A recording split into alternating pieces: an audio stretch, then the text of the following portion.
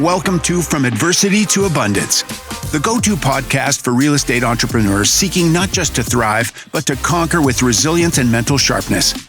Each week, join us as we dive into the compelling world of real estate through the lens of mental fitness, where challenges transform into opportunities. Get ready to transform your mindset and expand your understanding of what it takes to succeed in real estate. Let's explore these stories of triumph and resilience together. Welcome, everybody, to another episode of the From Adversity to Abundance podcast. I am your host, Jamie Bateman, and I'm pumped today to have with us Chris Prefontaine. Chris is the founder of Smart Real Estate Coach. Chris, how are you doing today? I'm awesome. Thanks for having me, Jamie. I appreciate it. Yeah, I'm excited. Thanks for spending your time with us. This is going to be great. I know you've got a lot of valuable lessons and a great story to share with our listener. For the listener who may be unfamiliar with you, Chris, who are you and what are you up to today? Sure. So founder and chairman of Smart Real Estate Coach, you and I will probably peel back how that came about. But since 2014, we've been coaching people all around North America to do real estate deals without using banks and their own cash. And that, again, was born out of some events that we'll talk about. And I've been in the business 33 years, real estate in general. So we'll peel that back layer by layer, I'm sure, and get some nuggets out there for everybody. Yeah, absolutely. So just very briefly before we jump back, what does your business look like in a little bit more detail today? Yeah. So we do two things. So while we're out in the trenches coaching and mentoring and partnering on deals with students, because we don't just sell them something, Jamie, we actually do a deal with them and we rev share. It's a big difference because we're in the deal with them, and that kind of fills the hole of, in my opinion, of what exists in the real estate education. Because, people sell stuff and then they don't come behind it with support. So we're actually doing deals. We do somewhere between 5 and 20 deals a month with students across North America. And then to keep us fresh and poised, and plus I love it, it's been my life, we do the same deals on our own in our family company, my son and I and my son-in-law, my wife, because it keeps us sharp and fresh and keeps the deals coming in, so that when we get new roadblocks, new hurdles, new twists, new problems, we get to update the community. And it's always live. Makes perfect sense. It's you have aligned interests, and each side kind of works synergistically to feed the other side and support the other side. Yeah. We do mentorship with mortgage note investing, and same kind of deal. I run a mortgage note fund, and it's like I learn new things every day with running the note fund, but I also learn things mentoring people, and they kind of work together. So let's jump back. I know the '08 crash was a big moment in your life. Is that where you'd like to start with your story? Yeah, I can give a couple second review up to there just so there's some context. But I mean, I've been at this since 1991, so I'm dating myself a bit. But I've had brokerages, I've built homes, coached people in the realtor end before I did investment end. But yeah, the crash really, it was painful, but it taught me a bunch of stuff, and that's why and what I'm doing today. So let me explain '08. Yeah, going into '08, I had around 23 or so different properties or projects. Okay. The difference was between now and then, one of the major lessons we learned is I was signed personally on every single one of them. You know the deal. You're in the note business. Yeah. So I personally guaranteed every one of them. Well, when the market went down, one of my projects went down from 170 grand sell price to I couldn't give them away for 50 grand. It was a condominium conversion building. Okay. So, what happens then? They come knocking. They come looking for me. Yeah. So from February of '08, I remember like it was yesterday, talk about adversity. From February of '08 till February of '12, literally, I was in workout mode I didn't file. I just worked through it. I dug through the weeds. And worked with creditors, worked with short sales, worked with foreclosures. Yeah. Because you just couldn't sell the stuff at the same values. But and just to briefly to clarify for the listener, you didn't file for bankruptcy, right? Is what you're saying? But you were close. It's painful. Yeah. You considered it sounds like, and it was an option but you fought your way through the foreclosures and the defaults. Yeah, everybody said to. I mean, literally. Trusted people, attorney said, what are you doing? And I just said, I can't do it. Morally and ethically, you can't do it. Got it. So from '08 to 2012, in a little more detail, what was that adversity like? I guess coming into '08, what were your goals? What did you think was going to happen? And then kind of how did things change for you? Well, I wish I knew then, but in hindsight, my Right. goals were to keep the ATM going, right? You thought there was no end to that market. Sure. I was buying stuff with the bank loans, and then also some of them were being supplemented with investor money. So that was even more of a headache. Well, I mean, '08 to '12 was what? It was my day was probably 3/4 to full based on talking to personal creditors. Like I'm talking about IRS, credit cards, cars, and then working with the properties. So it wasn't fun. Sure. The mental piece of that was tough because it was around 12 where someone said to me, one of my trusted sort of friends slash mentors said, "Hey, Chris, you need to get your head out of the sand. You didn't take the national market down. You need to get to work." So, and he said, you tell everyone you'll work it through. I don't care if it takes you 10 years. So I did that. I got out of my own way in 12 and started in 13. Okay. So what does that mean exactly in your situation, getting out of your own way? I was in my head. It must have been me. It was all mental game, 100% mental. Okay. Must have been me. I can't do this. I've been in real estate 18 years at that point, you figure. So that was a lot Sure. going on in the brain. All right. So no, I'm glad that's important for the listener because the point is for those maybe younger entrepreneurs, younger investors out there that didn't experience '08 at all, maybe they don't even know what conditions you're talking about. But the point is, they can Google that and figure that out. But Yeah. there were a ton of market conditions that were 100% outside of your control. And so what you're saying is for several years you blamed yourself. Yeah. It sounds like, right? Yeah. Yeah. And 100%. then at some point it's almost like, okay, stop asking why and just move forward. Why did this happen? Why me? Or Yeah. what did I do to cause this? And maybe you did make some mistakes along the way. Who knows? But it doesn't really matter at that point. So 2012, 2013, how did your mindset shift? Okay, so twice in my entire career, I didn't have a mentor, and one of them was '08, right? As Okay. I thought back, I'm like, man, what a Uh-huh. stupid that was. So I started reaching out to trusted business people and people in my area, as well as finding them through books and online and just picking their brains. And frankly, some of them chuckled and said, "Are you kidding me? Like they went through so much worse in '08. It made me seem like it was nothing." Oh, So yeah. that's all I had to do 4 years earlier, though, and I didn't. Right. Well, that's important too, is just the perspective of realizing somebody else has it worse than you. Always. Um, okay, so 2013, what were the actionable steps? You talked about the mindset shift, but really what did that look like as far as, your day to day? Actual. Yeah. Yeah.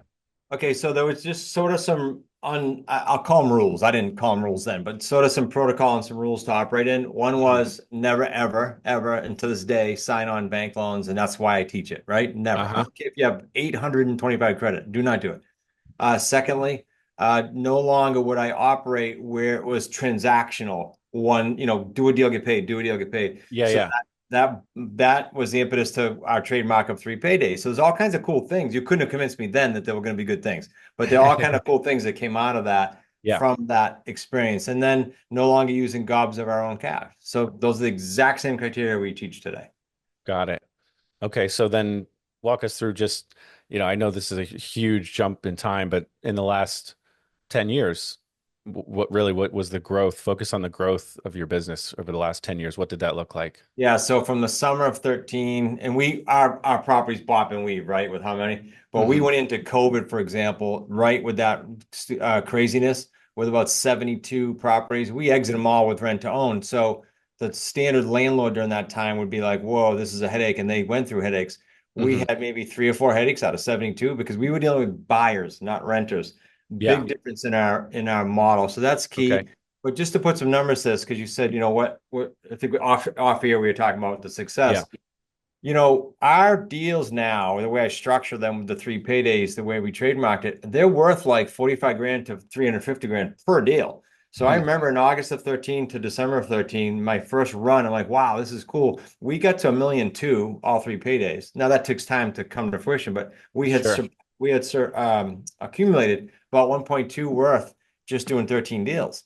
And Wow. that's when my light bulb went off. And then I started getting demand organically. I didn't market it to teach others. And then now Now we have yeah. fastest growing company in US, Inc. 5,000 3 years in a row. Yeah, that's amazing. So walk us through a typical deal just for the listener, maybe who is an investor, a real estate, entrepreneur, but they're not exactly sure what you just said. What does a typical deal look like? Yeah. So just to give that context, we buy only 3 ways, typically, just for the show's sake here Yeah. today. We Yeah. buy owner financing, Hmm. subject to existing financing and lease purchase. Let's talk Okay. about owner financing just because that's a word that a lot of people know.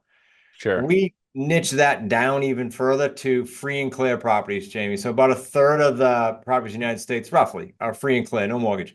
We look for those, and then we structure owner financing payments monthly to the sellers that are principal only. Now think about that with where the rates are right now. So principal only, it's a massive, massive pay down of principal throughout the deal. And that's where a lot of wealth is created. So what are the 3 paydays to cap this off? Let's just pretend you're a buyer of one of our properties. Came from corporate America, perhaps you want to start your own business. You're not financeable for 2 years, right? You need some seasoning. Sure. So you'll come in on a rent-owned vehicle with us. You'll be qualified to make sure you can get to the finish line. You'll put a down payment down. Payday 1, non-refundable, comes to us. Payday 2, I'm paying the seller something. You're paying me that plus. So I'm going to keep that delta. Okay. And then payday 3 is really cool and lucrative because it's all of the principal pay down throughout the term of the deal, 3 or 4 years, plus any markup we did. So when I said our deals are worth 45 to 350, that's where they come from, those 3 paydays. Okay. Gotcha. Now take this from a slightly different angle.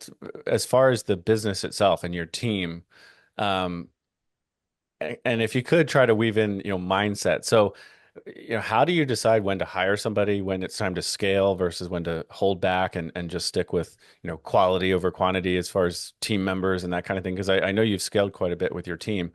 What did that look like in the last 10 years? Yeah, this is a good question because I'll hit hiring second. Let me hit the scaling thing first. Sure. In 2017, we always look at, okay, what's the next year look like and what do we need for skill sets or people or mentors? Every year we do it. So in 17, we're going, well, wait a minute. I've been a solopreneur my whole life, literally in the business, and I've always banged my head on $1 million, right? Around that frame. And in the business, almost anyone, I'm not watering it down, but almost anyone can get to $1 million by more hours, more follow-up, more call. Sure. You can get there. Yeah. The 1 million to 3 and then the 3 to 10, that it's a totally different animal. So in 17, we said, who can help us get there? Because I never did it. And so we found an organization, Elite Entrepreneurs, we're still with them. They help people go from 7 to 8 figures and 8 to 9. That's what they specialize in, someone from $1 million and on up. So we found them in December of 17 and have not looked back. And they really brought us through that. Now you talk about mindset.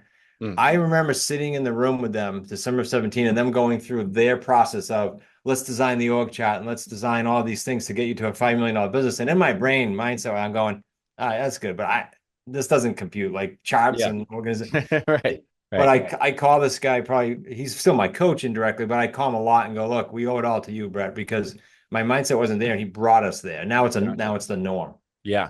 Well, it sounds like those are two distinct, 2012 and 2017, two distinct points where you had to get out of your own way in a sense. Yeah. Is that fair to say? Yeah, it's very fair to say. And now I'll tell you where we're at now. So now that we've hit that 5 mark, the challenge is people will learn is 3 to 10 is another whole animal, right? But now it becomes we're banging ahead 2 years in a row in that mark. Why? Leadership. Right? It's not really as much the mindset anymore. I think I'm past that. I'll look in 2 years and let you know. But I think it's leadership. I'll bring you back on in 2 years. Yeah, because I'd love to. Because leaders the team will drag revenue. It's not expensive. You do it right, they'll drag revenue. So that's our next big step is to build that leadership team to drag us to the 10. Yeah. So then when you say leadership, that's not just you, that's leadership, including you and under you, right? It's got to be more. Yeah. Got it. So what is the business, just quickly, what does your team look like today? We've got now since COVID, they're all over the place, right? No longer here in Rhode Island. We've got about 18 or so people in different capacities, from CEO to marketing to sales, and we'll be somewhere around the 5 million mark again this year. That's awesome. Hopefully in 2 years, you that's nothing, right? Correct. Yeah, we're running. Awesome. All right. So got some questions for you, rapid fire questions. Sure. What's one thing that people misunderstand about you, Chris? Well, I mean, I said to you before the show, kidding. I said, hey, we're limited time, but I talk fast and familiar, but I'm also extremely blunt. And so they sometimes don't see the other side of that. My wife will say, they don't even know you. I've been married 38 years. So she'll say, they don't even know. But in business, we've got a path and a goal. And my goal is to help you, if you're a student, get to yours. And there's a way to coach that. So I could be a little blunt. Yeah. Well, you're a man on a mission, right? And your time is valuable. So I get that. Looking back, what's one of your biggest failures and what did you learn from that experience? It would definitely be the 08. And I'll tell you what I learned aside from what we talked about, but we said it indirectly, the mental game, especially in real estate, but as an entrepreneurship is hard. You know it. It's absolutely. hard. It People think is. it's easy. No, it's hard. And the mental game is more than we think is the biggest lesson there. I think it like Yeah. 98% of it. No, that's huge. And I do think entrepreneurship is in general much harder than the way it's presented on social Yep. media, for sure. Um, if you could have coffee with any historical figure, whom would you choose? Now this would change every 2 months if you ask me, right? But and this is not political, so please No, shoot yeah, arrows. all good. If I could sit with Trump and figure out how the heck he dealt with what he dealt with, I don't care Yeah, if you like him or not. I'm not even yeah, addressing. I'm saying right, how's a person mentally did you deal with? right. That's what I'd It's like. it's amazing. I get also, yes, I'll probably get, emails for this too, but I mean, it's incredible. I was actually talking to someone last night about 2 nights ago about this, regardless of whether you voted for him or not. Like he's and whether you agree that it's self-imposed, hardship or Right. not, it's unbelievable what he's been able to just get through and still remain standing. So Well, yeah. you and I could say this fairly, I think. How about any president? Yeah. Because how Yeah. do you sleep? Oh yeah. It doesn't have to Absolutely. be him. Any No. president. I can generalize that. Right. Oh, now you left me hanging, with the pro-Trump sign. No, I'm just kidding.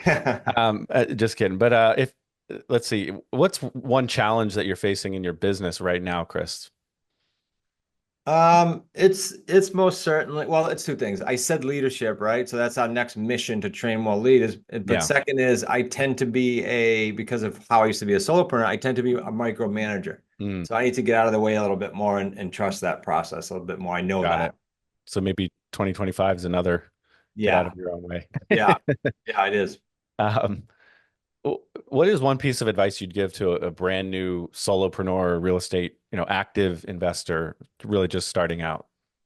I guess this could go for any business, but I like that you asked for real estate. Three things. I say this a lot. One, because of what you said earlier, you alluded to something about experience. So number one, because they didn't maybe go through 08. Number one, find a niche. Let's go this way. Find a niche that you can get behind. Like Yeah. morally, ethically, and business wise, you go, that's me. I can get behind that. Hmm. Two, then find someone that you alluded to earlier that's been around for at least two real estate cycles. Mm. And I'm adamant about this because if not, you're going to get yourself in hot water potentially. Hmm. And three, put the blinders on then and follow that and don't get caught up with all the real estate shiny objects. There's a Yeah. hundred of them, right? Yes. They're all great niches, but Absolutely. don't get caught up. Put blinders on for about 36 months bare minimum and you'll have a good experience. No, that's really good advice. I mean, I've mentored people who they want to get mortgage note advice from me, and then 2 weeks later, should I get in? Should I be doing short-term rentals? Yeah. And then it's like I don't know, maybe. Yeah, but like focus. I And I call think, that I said this to a student today. I said, look, I knew he was looking at all the stuff. I said, you're drilling for wells nonstop and you're never going to hit water. Never. mm, You got to drill for 3 years. yeah.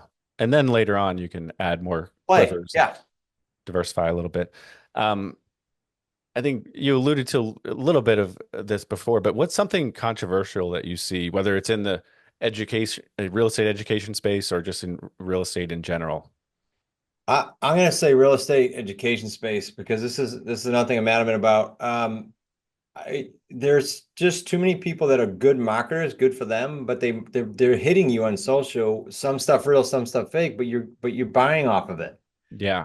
A bunch of nonsense. I'll tell you that we're not great marketers, but we know how to do deals. So Yeah. just be careful. And if you parlay that with the 3-step formula I gave with someone with experience, you'll have a great experience. Just be careful about it. Sure. No, and I think that's really good. I mean, you and I don't know each other that well, but I've seen your name around, and I know you do have a good reputation. I think just Thank you. being in the space this long speaks to something, so your integrity and the quality of the work you do. I appreciate it. Um, in your opinion, what's the role of luck versus skill in real estate success? That's a good one. I think luck comes in when you stay at it long enough. And let me give you a quick example because I love real stories. So I can think of a few, but Jessica comes to mind. She's in Tennessee. People see her and they see what she's doing today. She got like 4 or 5 deals going on. They're all lucrative. She just had a baby. And they go, oh, they might consider her lucky, right? No, she went 15 months without getting her deal and was calling me. She's daily accountability with me. She's at one of the higher levels, Uh-huh. literally ready to turn it in. Said, I just don't know if this is me. And then it was like the funnel opened probably 3 weeks later, coincidentally. So you could say it's Wow. luck. No, it's luck because she stuck with it. Right, for sure. So overnight success she was Yeah, basically. right. Yeah. Yeah. No, that's really good. And that's also speaks to the fact that, success is not a straight line up and to the right, right? It can you go up and down. You can take 2 steps back.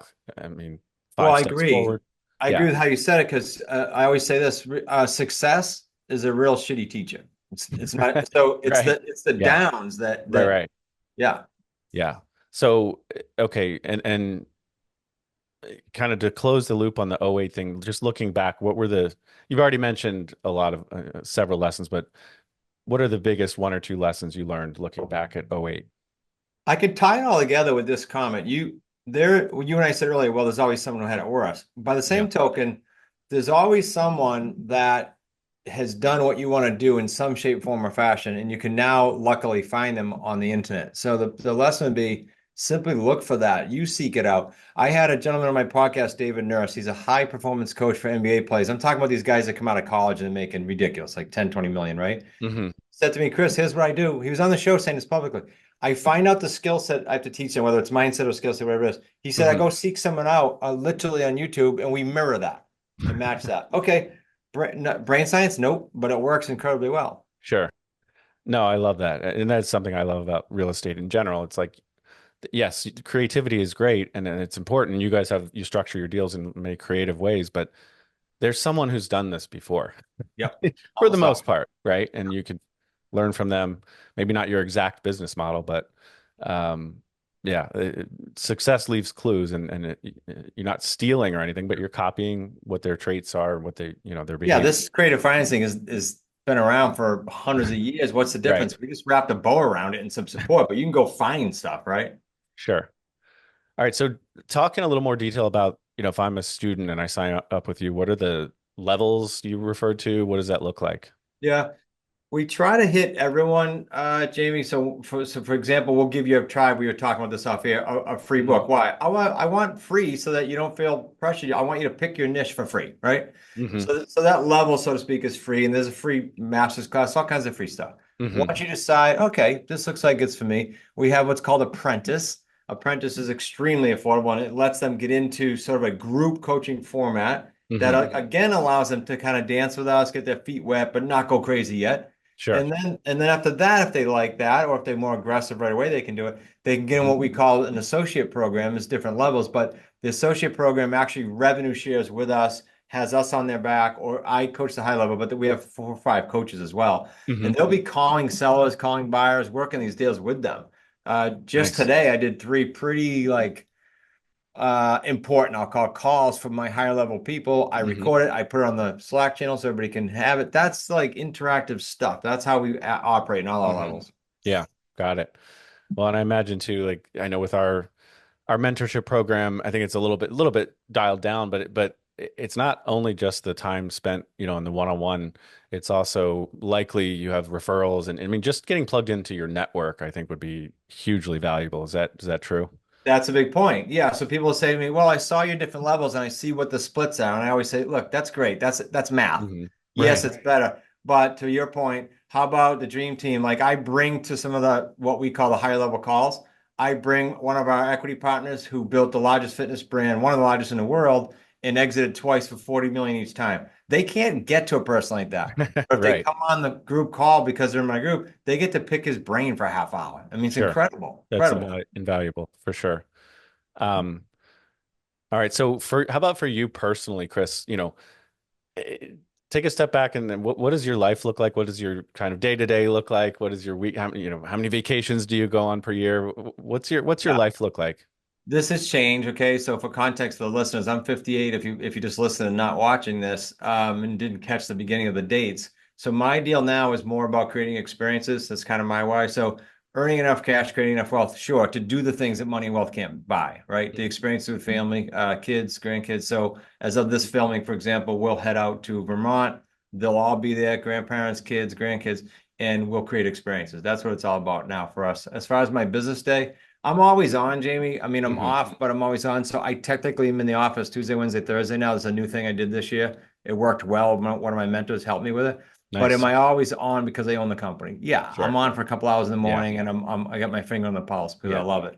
I But don't think that's you're kind of my you're day. not going to retire is not in your vocabulary, is it? That's an old word. It shouldn't even be in the vocab. Yeah, I love it. I did miss one question. What's a book or two? I know you've written several books. What is one book or two that you could recommend for our listener? That changes every few weeks too, right? Because whatever my mental mode is, but I can tell you if you're in real estate and you haven't read the McDonald's story, the same one that the movie was out, I think it's Under the Golden Arches. There's a few out, but it's the one that mirrors the movie and vice versa. It's incredible because it talks about all the hardships they went through. And the next one that I would tell any entrepreneur, I called my son-in-law, who's our CEO, and I said, "You got to read this. It's that very thick, brand new book Musk has out." Okay. Uh-huh. It is when you go through his story, again, whether you like him or not, it's not a political thing. To hear what he went through, I was like reciting it to my wife, going, "This is like crazy. You think you went through tough stuff? Go read his book." Again, it's like 4 inches, 5-6 inches thick, but it's a good read. It's the same guy that wrote the one about Steve Jobs. It was incredible. Okay, I'll have to pick that one up. Awesome. What's a question I haven't asked you that you wish I had? Actually, some of my ending comments you hit at the beginning because you're a great host. Look, I'll just say this: I don't care if it's real estate or not. The thing you and I talked about go finding someone, they're out there on the internet. Yeah. Please understand that someone can bring you to where you want to go if you just mentally believe it. Because the only thing stopping you as a listener to go, check out your niche with notes or my niche with creative financing and later doing them both. The only thing, because if you know you succeed, you do it. So the only thing is you. You're the only thing in your way, and you're the only thing stopping how high you go as well. So just understand that going into your new year or your new quarter, it doesn't matter when you hear this, and let the reins loose because you are it. You're the only thing in your way. I love it. That's fantastic. Chris Prefontaine, where can our listeners find you online? Anywhere social media wise, if you type in Smart Real Estate Coach, you're going to get us. As far as something I'd love to put in their hands that you said at the beginning, or I told you and you said good, is another thing you asked me about the education space that irks me is when I go, I want this free book. It says free. And then I click on it and it says, put in your $11 for shipping. It's just annoying. It's not free. We have a free book. You're actually probably we'll get 2, but they're 2 out of our 4 bestsellers. All you got to do is go to wickedsmartbooks.com/J Bateman. That way we know it came from this show. We'll honor it. You'll get hard copies, not electronic, and they'll be shipped out from our office here. No charge. Fantastic. We're definitely going to put that link in the show notes for sure. Thank you. Chris, any parting thoughts? Anything you have never shared on a podcast that you'd like to? I would have thought about that beforehand. I don't think so because I'm an open book. Good question, Jamie. I'm an open book. I love your question flows. I appreciate what you do in your show and what you do as a biz. So I'd love to reconvene. Awesome. I'll say public, I'd love to have you on my show. So let's fantastic. Let's get that scheduled. Sounds great. Well, Chris, thank you so much. This has been really good. I know your time is valuable and we appreciate you spending your time with us. Thank you very much. Appreciate it. And to the listeners, same to you. We know your time is valuable. We appreciate your time and attention as well. Definitely head over to our podcast website, adversity2abundance.com. It's the number 2, adversity2abundance.com, and share the show with a friend. Thanks all. Take care.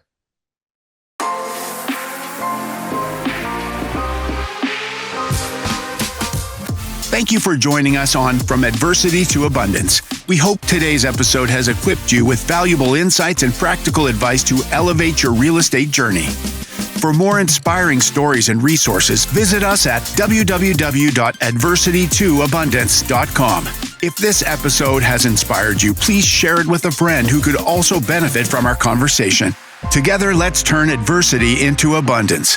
Until next time, keep building your mental fitness and your real estate empire.